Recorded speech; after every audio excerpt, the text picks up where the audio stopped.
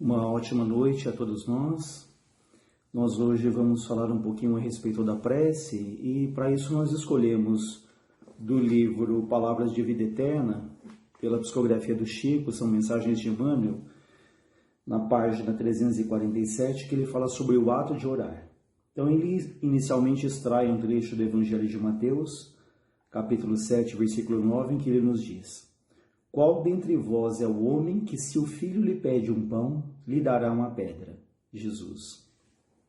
Um pai terrestre, com quantas deficiências compreensíveis da condição humana, jamais oferece pedra a um filho que lhe pede pão.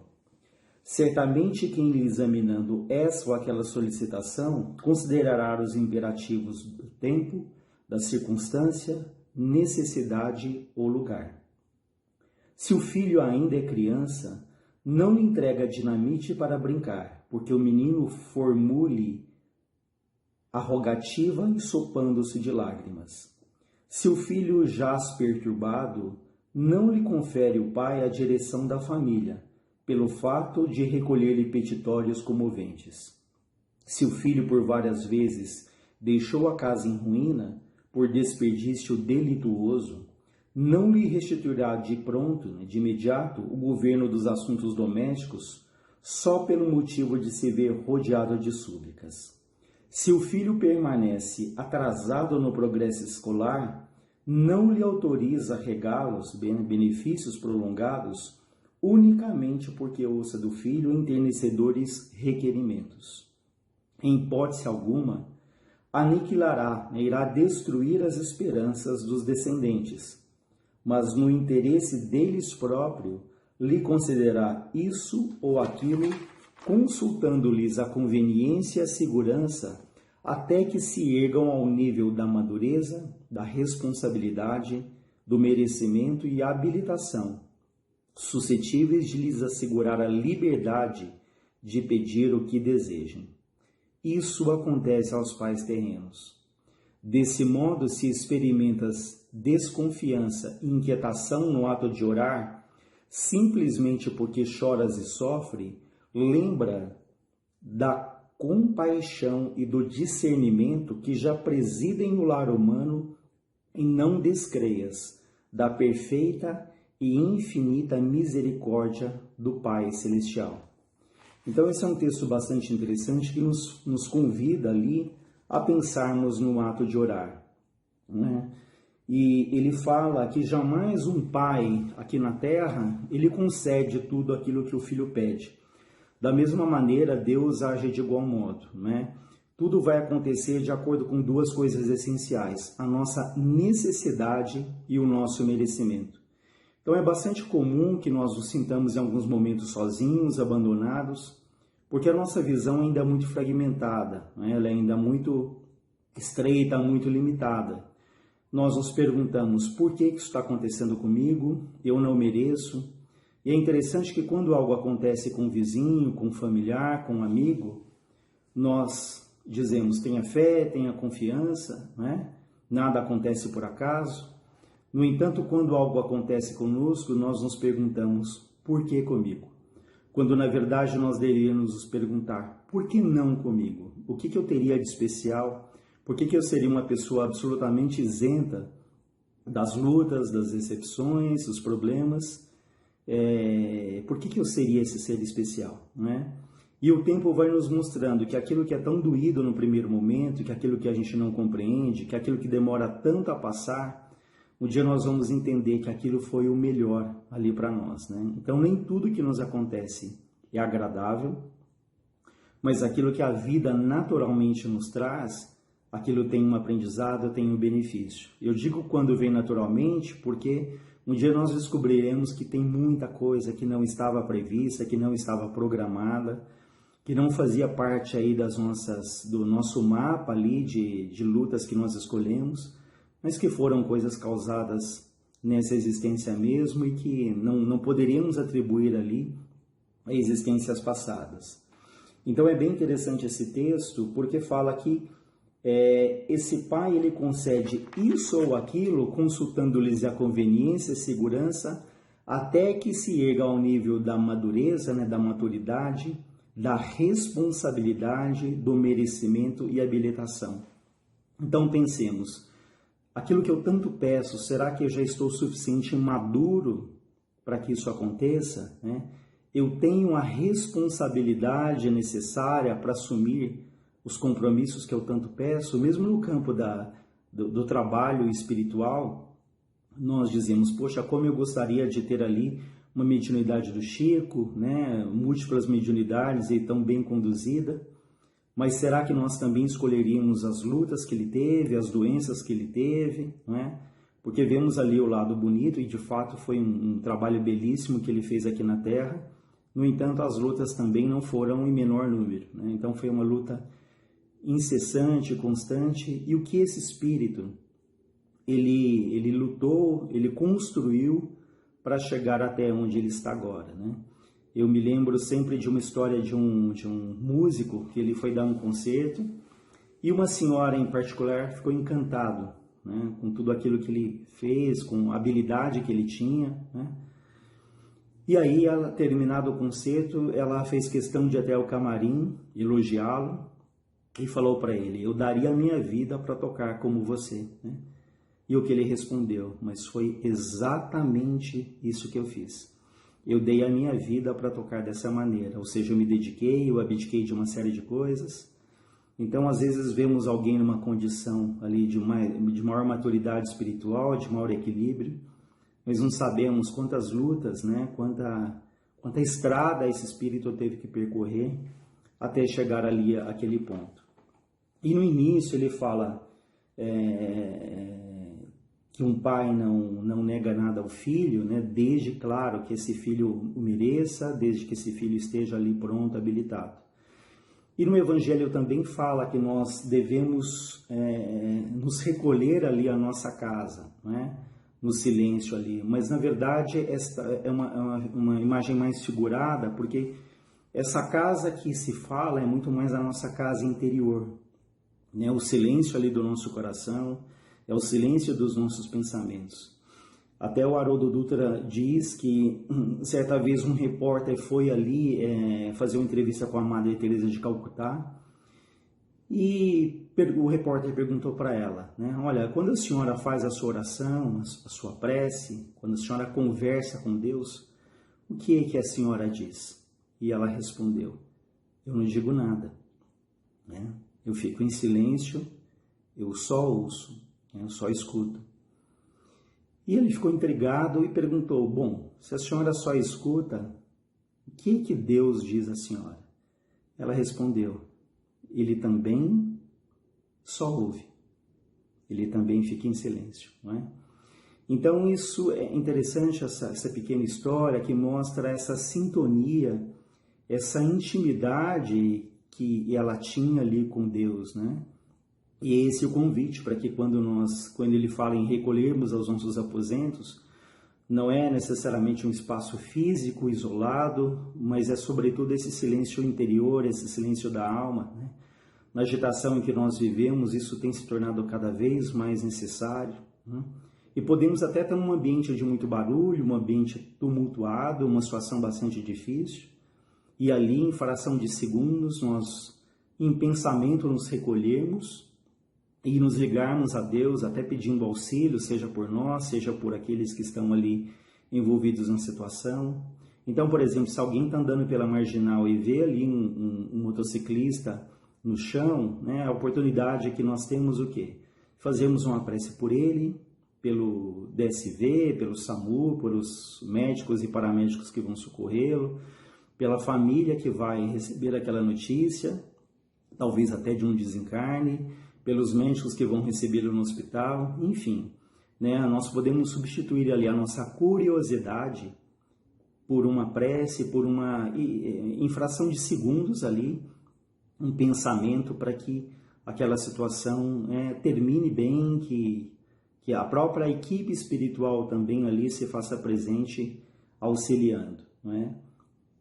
E o Haroldo também cita até o caso da Ivone Pereira, que ela todos os dias, ela anotava ali o nome de pessoas que haviam se suicidado, né? E ela então, diariamente, fazia a prece por esses espíritos, e alguns até depois retornavam agradecendo, né? Porque é interessante isso, nós falamos de fazer a prece, mas às vezes não nos lembramos nem dos nossos familiares que já partiram.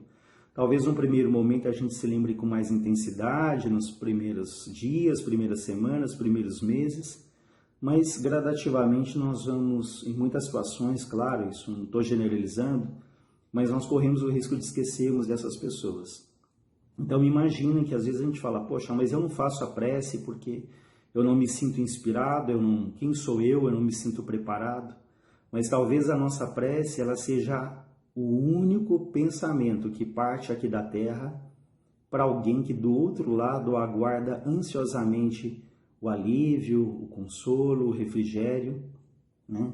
Talvez a nossa prece seja ali uma esperança que se reaviva, que se acende no coração de alguém que se sente sozinho, que se sente abandonado. Tanto que no caso dos suicidas nós sabemos que onde eles se recuperam, uma das colônias, há como se fossem seletores de preces, aparelhos em que, quando parte uma prece aqui da terra, uma prece ali sincera, esses seletores eles se acendem indicando que alguém aqui na terra se lembrou deles.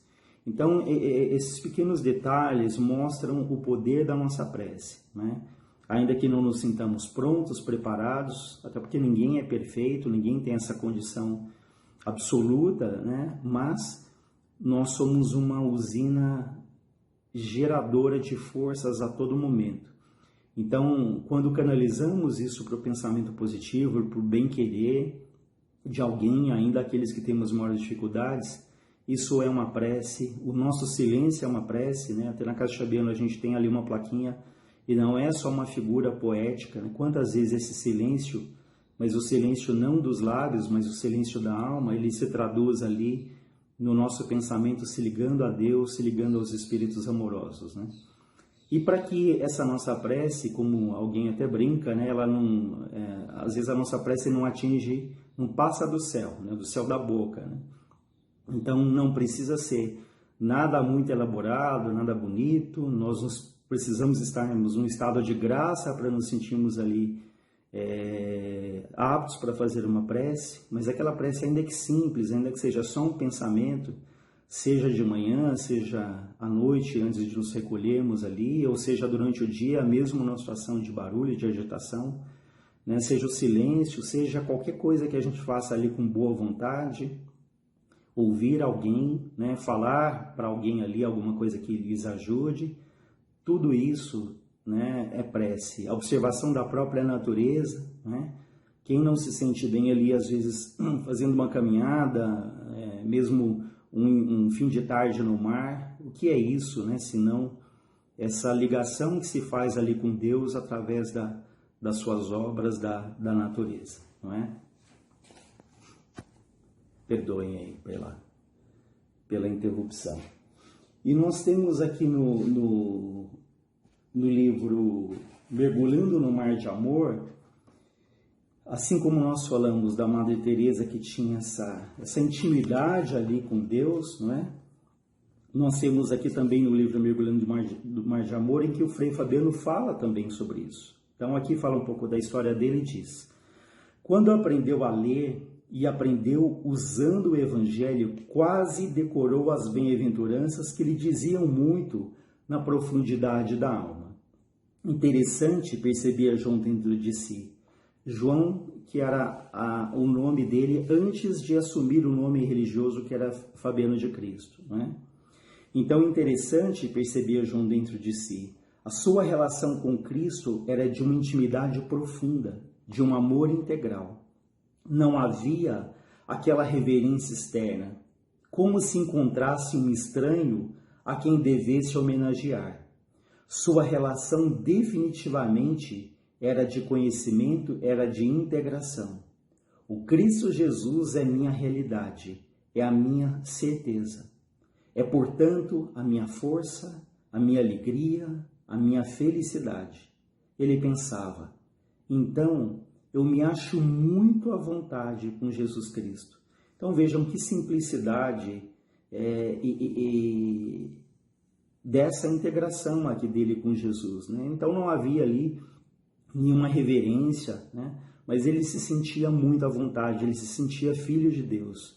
Isso eu acho que é um ponto bastante interessante, que é o exercício da vida, de nós amarmos, mas nos sentirmos amados também, né? Ou seja, nós nos dirigimos ali a Deus, a Jesus, aos espíritos amorosos, mas ao mesmo tempo nós os sentimos também filhos de Deus, que Ele está muito mais próximo do que nós podemos imaginar, né? Então, sem essa reverência que ele fala aqui, né, mas uma proximidade, essa intimidade que ela vai sendo construída à medida em que a gente reconhece que é um Deus de justiça, mas que também é de misericórdia, é um Deus de bondade, é um Pai que acolhe, que nem sempre Ele atende tudo aquilo que nós pedimos, porque ainda somos crianças espiritualmente falando, ainda não sabemos exatamente o que nós pedimos.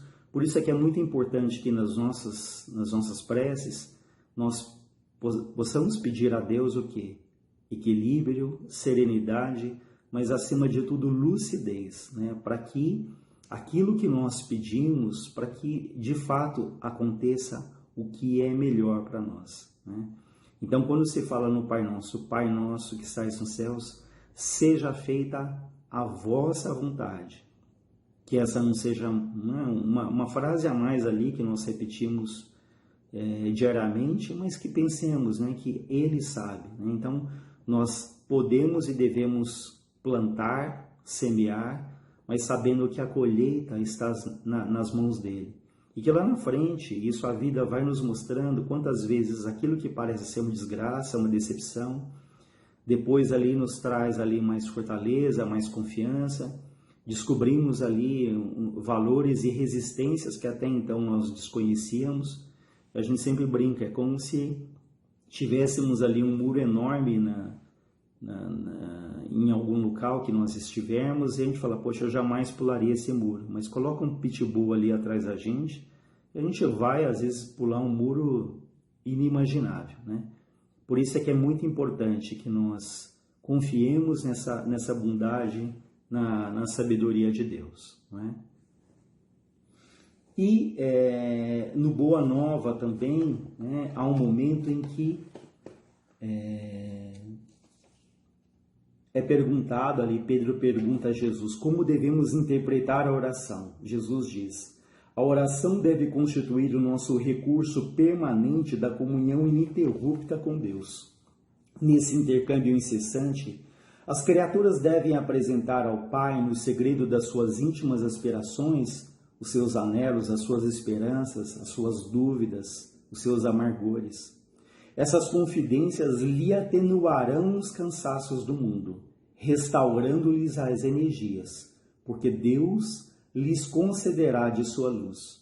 Então lembrem que quando Jesus disse, vinde a mim, todos os que estáis cansados e aflitos, e eu vos aliviarei. Essa frase é bastante significativa, porque vejam que ali tem um verbo, vinde, ou seja, Deus conhece profundamente as nossas necessidades, mas nós temos que ir ao encontro dele, né? Isso revela esse reconhecimento dessa paternidade, desse Pai que tudo sabe, tudo vê, mas é necessário essa humildade de reconhecer. Nós precisamos de ajuda, nós somos, ao mesmo tempo que somos deuses, como ele fala, sois Deus e sois luz, mas nós estamos caminhando, né, para essa construção da nossa fortaleza, da nossa fé, muitas vezes vacilante. Então nós temos que ir ao encontro dele. E Jesus falava, eu vos aliviarei. É isso que a prece aí nos proporciona. Ela não nos livra às vezes de situações difíceis, porém necessárias, né? Mas ela nos fortalece, ela nos dá sabedoria para que a gente atravesse ali sem desespero, com mais confiança. Então ele não fala, eu tirarei os seus problemas, mas ele fala, eu vos aliviarei, né? Então nós temos que alimentar, cultivar a prece diariamente, como ele diz em outro momento, para que isso se torne um elemento tão natural na nossa vida como é a nossa respiração. E ele diz aqui, né, Pedro, observamos que os homens só se lembram do céu nos dias de incerteza e angústia do coração. Se há uma ameaça que é cruel e eminente, um desastre, se a morte do corpo é irremediável, os mais fortes dobram os joelhos. Mas quanto não deverá sentir-se o pai amoroso e leal de que somente o procurem os filhos nos momentos de infortúnio, por eles criados, criados por nós com as próprias mãos, em face do relaxamento dessas relações sagradas por parte dos homens, indiferentes ao carinho paternal da providência que tudo lhes concede, o que for útil ou agradável, improficuamente desejará o filho uma solução imediata. Desejamos uma solução imediata para as necessidades e problemas, sem remediar ao longo afastamento em que se conservou do pai no percurso, postergando-lhe, adiando-lhe os desígnios com respeito às suas questões íntimas e profundas. Então ele diz que muitas vezes só procuramos a Deus nos momentos de desespero, mas que nós temos que alimentar, assim como ele diz, como a nossa própria respiração, que isso se torne ali um elemento natural, cotidiano da nossa vida, e reforçando, não que vai ali afastar todos os nossos problemas, mas isso vai nos dar sabedoria, vai nos dar ali serenidade, a fé, para atravessá-los ali com a coragem, com a fé necessária.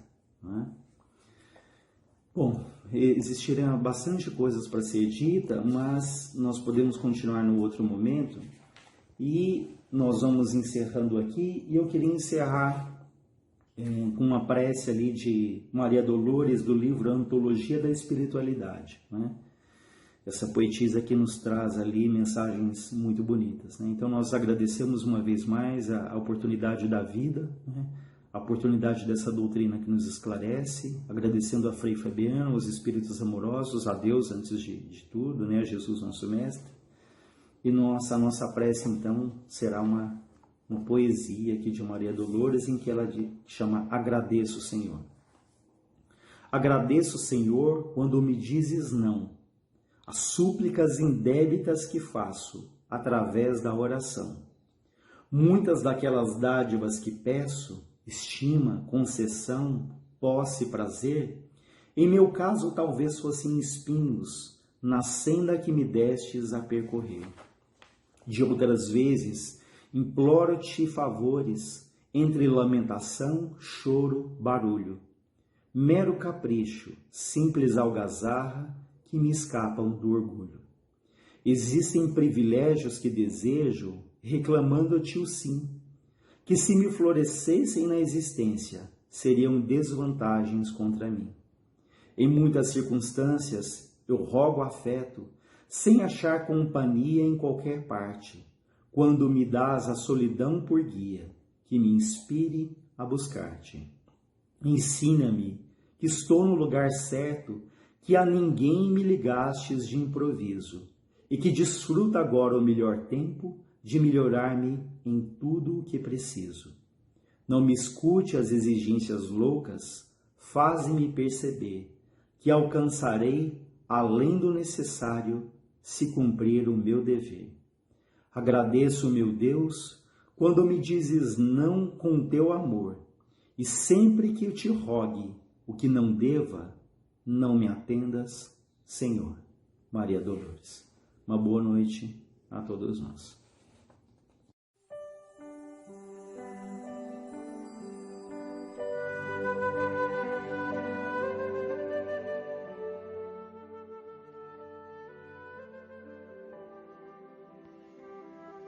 Boa noite a todos. Jesus no coração, vigília nos pensamentos e nas palavras, para que possamos aproveitar este momento em que as provas nos proporcionam tempo para a reflexão do que realmente precisamos mudar em nós. Iniciaremos hoje com a nossa prece, numa poesia de Maria Dolores, sob o título Legenda Sublime, do livro Coração em Vida, psicografado pelo Chico Xavier. Alma querida na terra, se alguma prova te alcança, não te percas de esperança, luz da fé sempre a brilhar. Nas crises mais dolorosas, feitas de dores extremas, nunca te aflijas, não temas, nem deixes de confiar. Se o pessimismo aparece, mostrando trevas e males, nada comentes, nem fales, fora da crença no bem. Pensa em Deus, lembrando o sol, que em tudo acalenta a vida, do sábio a erva escondida, sem menosprezar a ninguém. Nas mágoas, nos desenganos, nos desgostos, nas doenças, nas horas duras ou tensas, em que te dás ao dever, na menor tribulação, muito mais que se imagina, a providência divina é luz a te socorrer. Se sofres, não esmoreças, trabalhe e serve a uma boa. Seja onde for, abençoa as lutas em derredor. Na alegria ou no infortúnio, guarda na fé que te anime esta legenda sublime: Deus nos dá sempre o melhor. Que Deus, na sua infinita bondade, possa nos amparar e proteger sempre em todas as circunstâncias de aprimoramento para o caminho da luz. Do Evangelho segundo o Espiritismo, estaremos estudando esta noite o capítulo 21, Falsos Cristos e Falsos Profetas, dando ênfase principalmente aos itens: conhece-se a árvore pelos bons frutos, e os falsos profetas da erraticidade, que é a comunicação do espírito Erasto, discípulo de São Paulo, de 1862. Vamos fazer a leitura, então, do primeiro item: conhece-se a árvore pelos frutos. Estaremos dando ao estudo esta noite a condição de reflexão sobre os itens 2, 3 e 4. Item 2. Guardai-vos dos falsos profetas que vêm a vós com vestidos de ovelhas e por dentro são lobos roubadores. Pelos seus frutos os conhecereis. Porventura os homens colhem uvas dos espinheiros ou figos dos abrolhos? Assim toda árvore boa dá bons frutos, e a árvore má dá maus frutos. Não pode a árvore boa dar maus frutos, nem a árvore má dar bons frutos. Toda árvore que não dá bons frutos será cortada e lançada ao fogo. Assim, pois, pelos seus frutos os conhecereis. Nas palavras do Evangelho de Mateus, capítulo 7, versículo 15 e 20. Item 3. E respondendo Jesus lhes disse: Vede, não vos engane alguém, porque virão muitos em meu nome dizendo: Eu sou o Cristo, e enganarão a muitos. E levantar-se-ão muitos falsos profetas e enganarão a muitos. E porquanto multiplicar-se-á a iniquidade, se resfriará a caridade de muitos. Mas o que perseverar até o fim, esse será salvo. Então, se alguém vos disser: olhai, aqui está o Cristo, ou ei-lo acolá, não lhe deis crédito, porque se levantarão falsos cristos e falsos profetas, que farão grandes prodígios e maravilhas, tais que, se fora possível, até os escolhidos se enganariam. Isto registrado no Evangelho de Mateus, capítulo 24, versículo 4, 5, 11, 13, 23 e 24, e semelhantes em Marcos, capítulo 13, versículos 5, 6, 21, 22. Nas explicações que vêm posteriormente a essas palavras ensinadas por Jesus, no item 4 e 5, vamos lembrar, em primeiro lugar, que a palavra profeta, na época de Jesus, não vinha simplesmente com a significação do dom de adivinhar futuro, mas ela tem, no sentido evangélico, uma ideia muito mais extensa, uma significação muito mais importante, porque o vocábulo profeta, ele é de origem grega e vem do grego proferes, Isso está escrito na Enciclopédia Britânica, que significa porta-voz, pessoa que fala em lugar de outra. Ora, se além disso, se aqueles que podiam profetizar, isto é, revelar coisas e mistérios da vida espiritual, eles também poderiam trazer a instrução dos homens. Então, ele podia, todo profeta, assim, seria um homem que, além de profetizar, ele podia também não fazer predições, não prever futuro, não fazer ideia do que pudesse acontecer no futuro. Ele poderia estar trazendo instruções do mundo espiritual. A partir daí, esta ideia que veio dos judeus no tempo de Jesus vem com a significação de intermediário entre o mundo espiritual e o mundo material. Ou seja, todo aquele que é médium. Profeta é médium. A mediunidade é a intermediação que toda criatura possui em níveis diferentes, como nós estudamos na doutrina espírita, a fim de que possamos ter intercâmbio entre encarnados e desencarnados. Voltando às explicações dos frutos e dos profetas, a gente vê atualmente um número muito grande de portadores de boa nova, principalmente na internet, que difundem as palavras de Jesus como se eles fossem enviados em ações de pensamento, de amor, de caridade. Essas pessoas, elas proferem muitas vezes coisas que, diante da razão, a gente percebe certo absurdo, certas considerações que não podem ser colocadas como diante de ideias espíritas, aquelas que trazem dentro da fundamentação cristã a evolução do homem.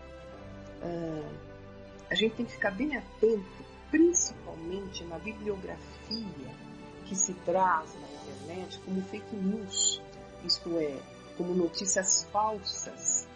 Se nós não tivermos um estudo da doutrina, se nós não tivermos esse aprofundamento doutrinário, muitas vezes nós vamos nos colocar em uma posição ingênua, até ilusória, diante de algumas informações que vêm através da mídia sobre considerações espirituais.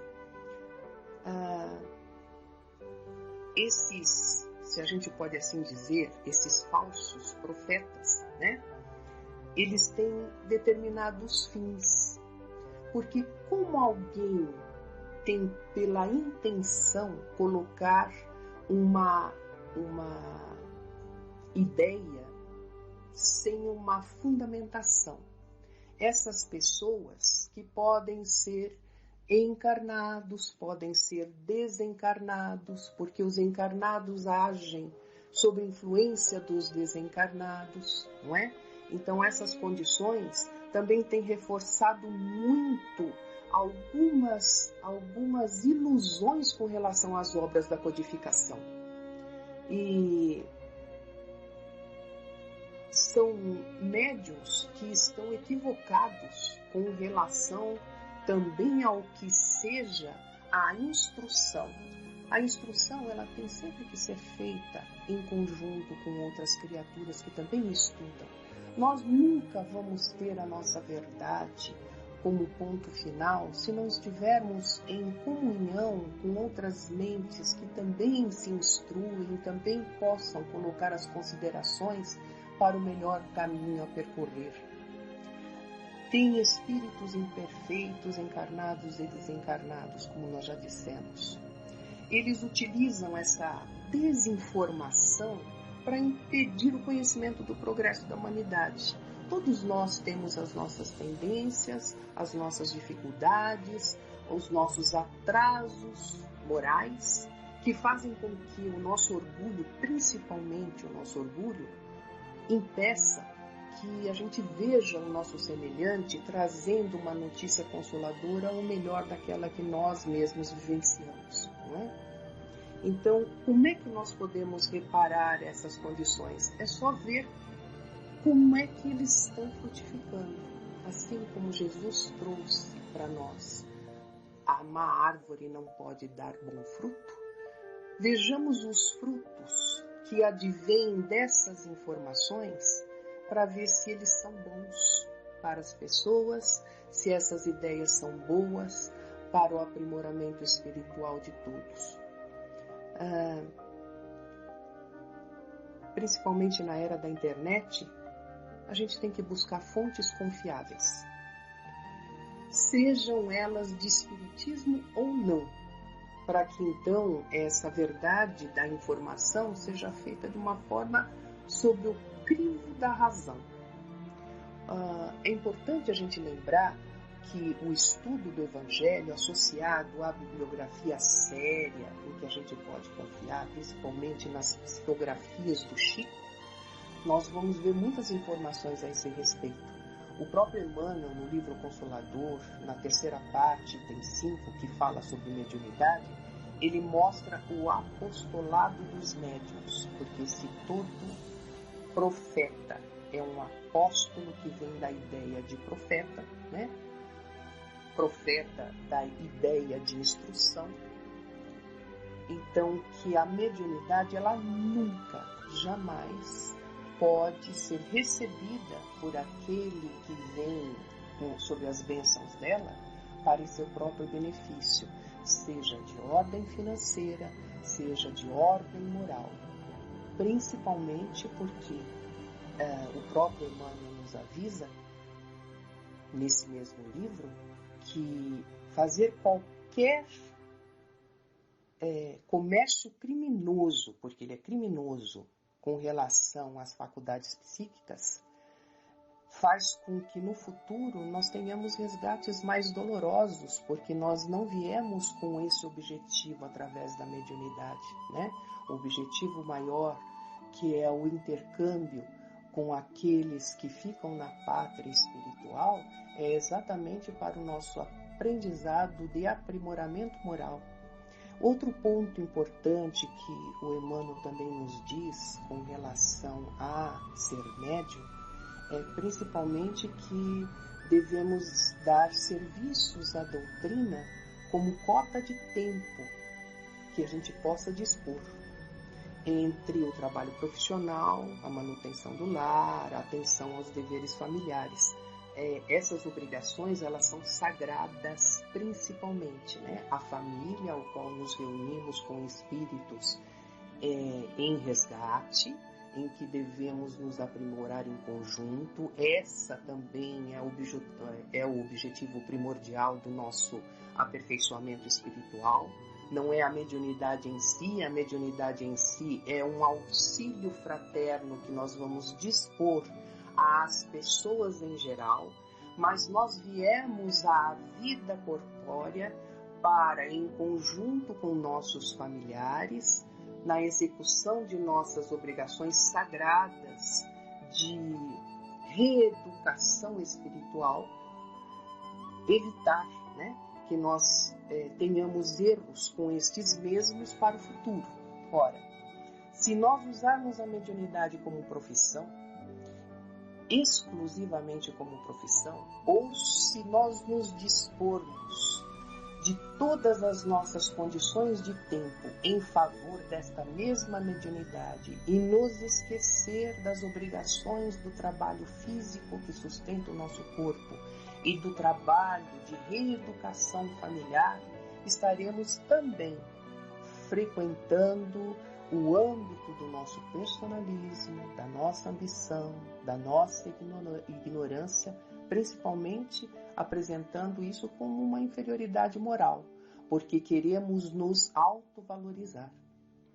A Joana de Ângeles, no livro Amor, Imbatível Amor, também psicografado pelo Divaldo Franco, ela diz assim: enquanto não aprofunda o sentido de realidade, a fim de identificar os conteúdos, todos os espaços mentais e emocionais permanecem propícios a anseios da ilusão.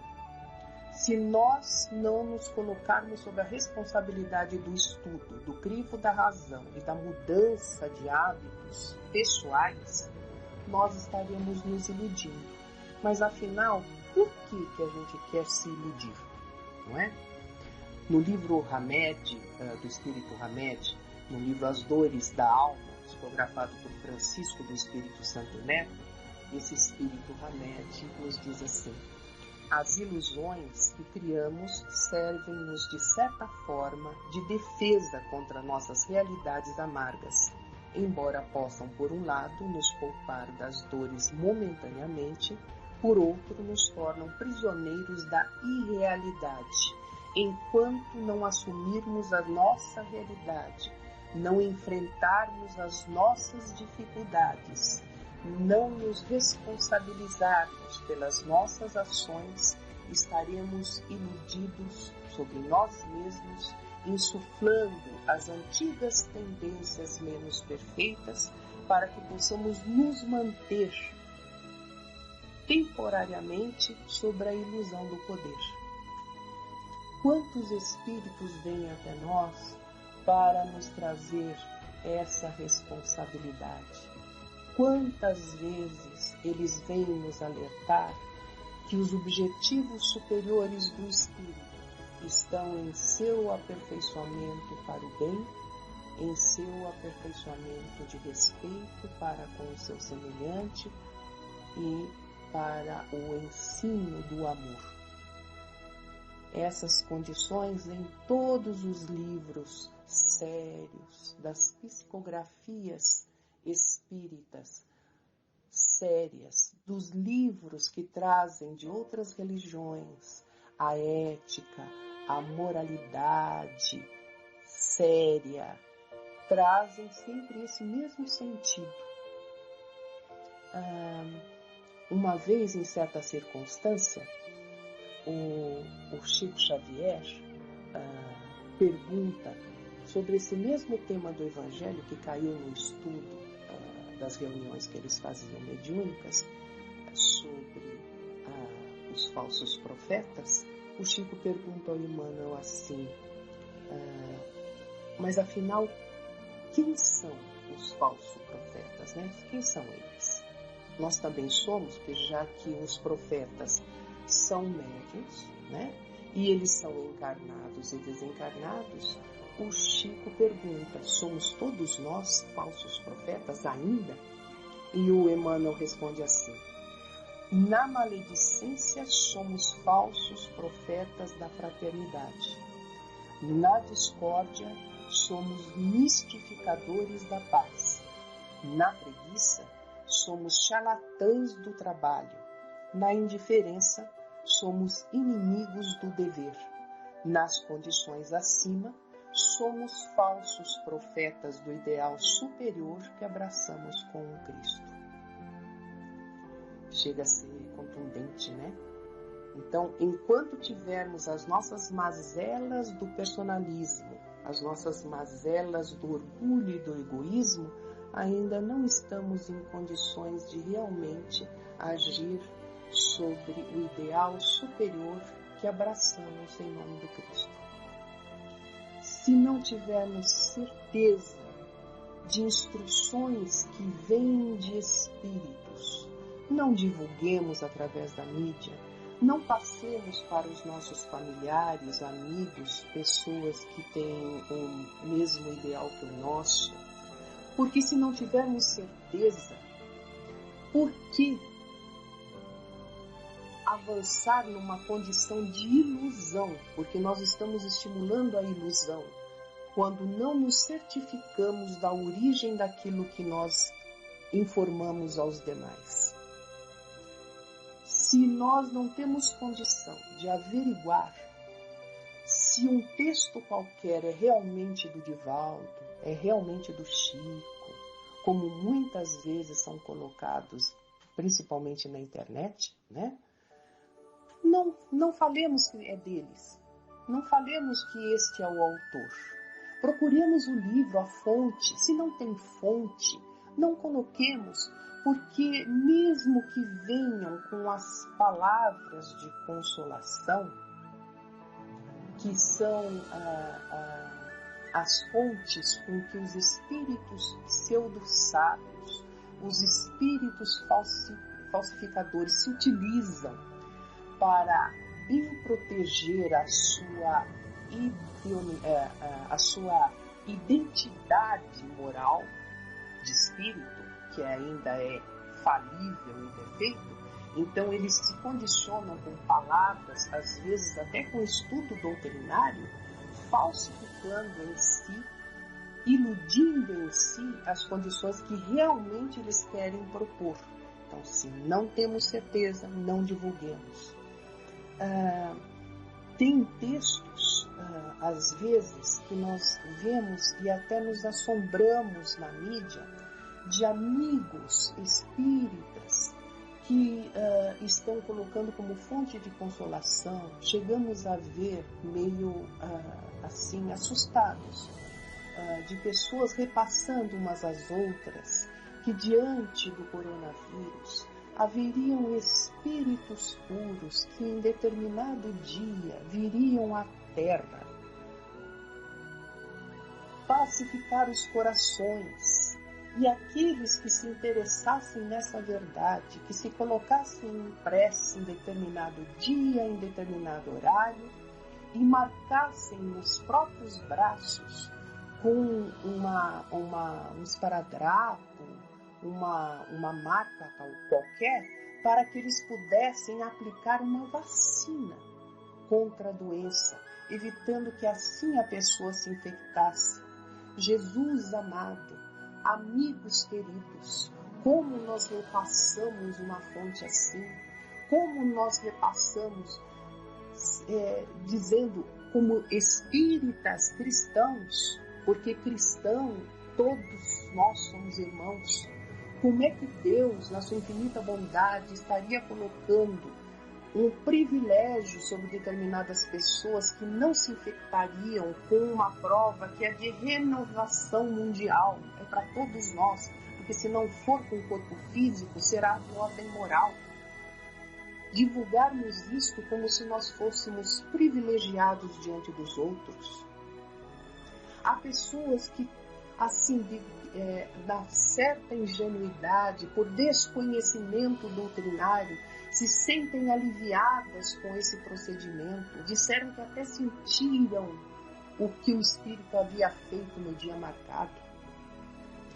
Como nós podemos ver em sã consciência, racionalmente, esses tipos de instrução, assim como aqueles que hoje mesmo, eu abrindo a minha internet, saiu no Facebook, que de uma psicografia espíritos de luz avisariam quando terminaria o coronavírus, a infecção mundial.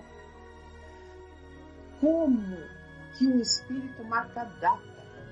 Então, tudo isso nós precisamos ter bastante atenção, porque isso não leva à consolação de ninguém, mas uma ansiedade, como se nós estivéssemos avaliando quem serão os credores de tais bênçãos.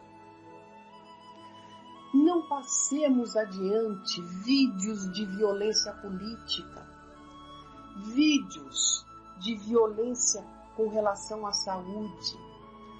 Outra vez estaríamos falando sobre esse assunto, porque as pessoas se assustam muitas vezes com determinados vídeos que são repassados de ordem equivocada sobre o sofrimento das pessoas que estão nos hospitais em fase de desencarnação.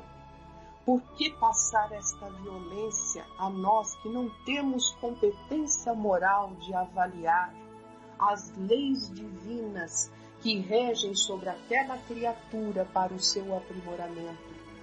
Imaginem se os médicos, se os enfermeiros se desesperassem diante de toda esta pandemia, porque eles também têm um coração, mas acima deles está a inteligência e o conhecimento, porque senão o benefício não se efetiva diante daqueles que sofrem e pedem auxílio.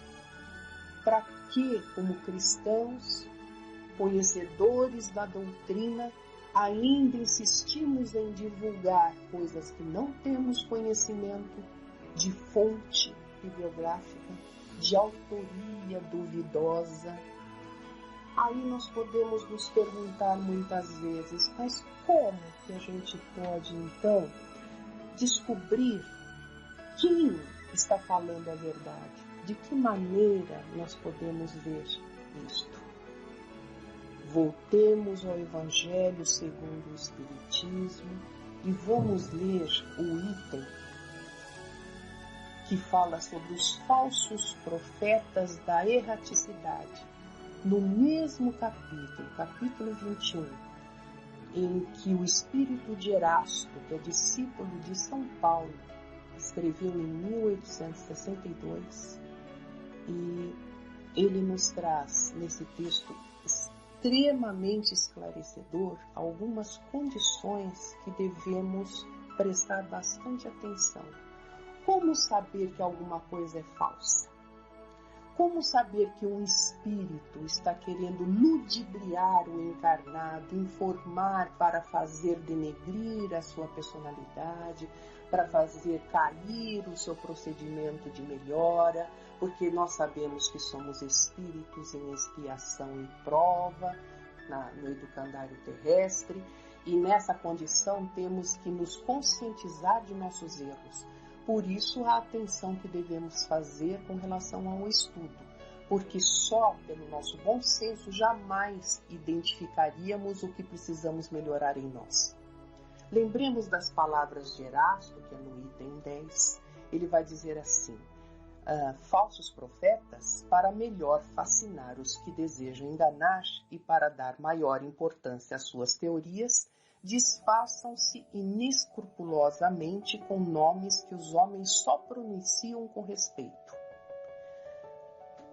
Atenção, queridos amigos, a todos nós, vemos um nome que é muito importante diante daquele que nós trazemos como respeito moral, levemos como passo de estudo e não como a verdade real, porque nós não sabemos, diante da nossa insignificância espiritual, se o que está sendo falado é verdade ou é mentira. Mesmo que, em primeiras instâncias, esse espírito venha com lindas palavras, venha com informações da codificação, porque também nós temos conhecimento e nós podemos falsear a verdade da codificação de acordo com a maneira com que nós direcionamos esse conhecimento para nós mesmos. Ele diz ainda assim: os espíritos dessa ordem a que eles dizem pertencer, fazendo de conta que são espíritos puros, né? Que são espíritos bons, que são espíritos esclarecidos, eles têm que saber que são muito bons. Em primeiro lugar, eles têm que ter uma bondade infinita. E todo espírito bom, ao trazer uma psicografia, em primeiro lugar, ele nunca identifica o seu nome pomposamente. Lembrando que dentro da codificação foram feitas pesquisas com vários espíritos, com vários médiuns, trazendo as notificações espirituais para que pudessem ser analisadas principalmente e assinadas por Kardec, principalmente, né, sobre a veracidade delas. Eram todas elas analisadas por um grupo de estudiosos, não é? Então, ele tem que ser, além de muito bom, tem que ser racional. O que é ser racional?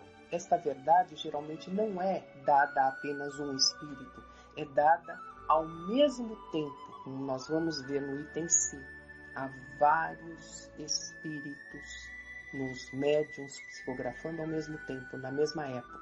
Nós vamos ver isso. Tá?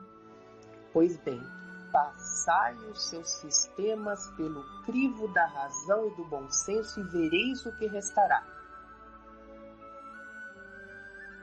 Se um espírito indicar como remédio para os males da humanidade ou meios de realizar a sua transformação, medidas utópicas, quer dizer, é impossível de você realizar, né? Impraticáveis, pueris, ridículas, ou quando formula um sistema contraditado pelas mais corriqueiras noções científicas, só pode ser um espírito ignorante e mentiroso. É outro tipo de identificação. Além disso, lembrai-vos, diz-nos Erasto, ainda de que quando uma verdade deve ser revelada à humanidade, ela é comunicada, por assim dizer, instantaneamente a todos os grupos sérios que possuem médiuns sérios, e não a este ou aquele com exclusão dos outros. Por que ele fala médiuns sérios? Não pode vir através de um médium obsediado, não pode vir através de um médium descomprometido com a sua educação mediúnica, não pode vir através de um médium em que ele não se coloca principalmente no seu aprimoramento individual. Estes estão aquém, mesmo de serem avaliadas nas psicografias. E ainda ele diz, um médium pode ser fascinado. Todos nós somos passíveis de erro. Nenhum médium está incólume diante da obsessão. Então, se um médium ele passa por um processo de fascinação em que ele não percebe que está obsediado, ele precisa ser analisado por outras pessoas, que dependendo do conteúdo da sua psicografia, da sua comunicação, é que pode ser possível identificar o grau de maturidade espiritual daquele que está dando a comunicação. Né? Então ele diz assim, um médium pode ser fascinado e um grupo enganado, mas o controle severo dos outros grupos com auxílio do conhecimento adquirido e a elevada autoridade moral dos dirigentes de grupos, as comunicações dos principais médiuns, marcadas pelo cunho da lógica e da autenticidade dos espíritos mais sérios, rapidamente farão desmascarar esses ditados mentirosos e astuciosos, procedentes de uma turba de espíritos mistificadores e malfazejos. Que nós temos responsabilidades enquanto espíritas cristãos, que a nossa consciência deve ser no estudo, na consolação, na leitura edificante, nas palavras que tragam alegria, que eu sei que não está fácil agora, mas que a gente possa trazer principalmente a consolação, né? Tem um estudo do próprio Chico, que foi extraído do livro Lindos Casos de Chico Xavier, de Ramiro Gama, que fala assim, como está a nossa fé? Como é a nossa fé? E o início da historinha é assim, certa vez Chico Xavier chegou ao centro espírita e viu uma multidão na porta. Ele perguntou, o que as pessoas querem? Disse um trabalhador da casa, eles vieram buscar paz. Aí o Chico responde, eles não precisam de paz, precisam de pá. Pá, quando nós vemos a ideia de trabalho, né? Trabalho no campo do espírito, é essa a ideia que ele nos trouxe, do sacrifício, da renúncia, do esforço, da força de vontade, da transformação moral. A gente deixar de reclamar, cultivar bons pensamentos, boas palavras, boas atitudes, deixar de fazer comentários maldosos, humilhantes de alguém, relevar alguma ofensa, diminuir ou eliminar algum vício que a gente tenha, né?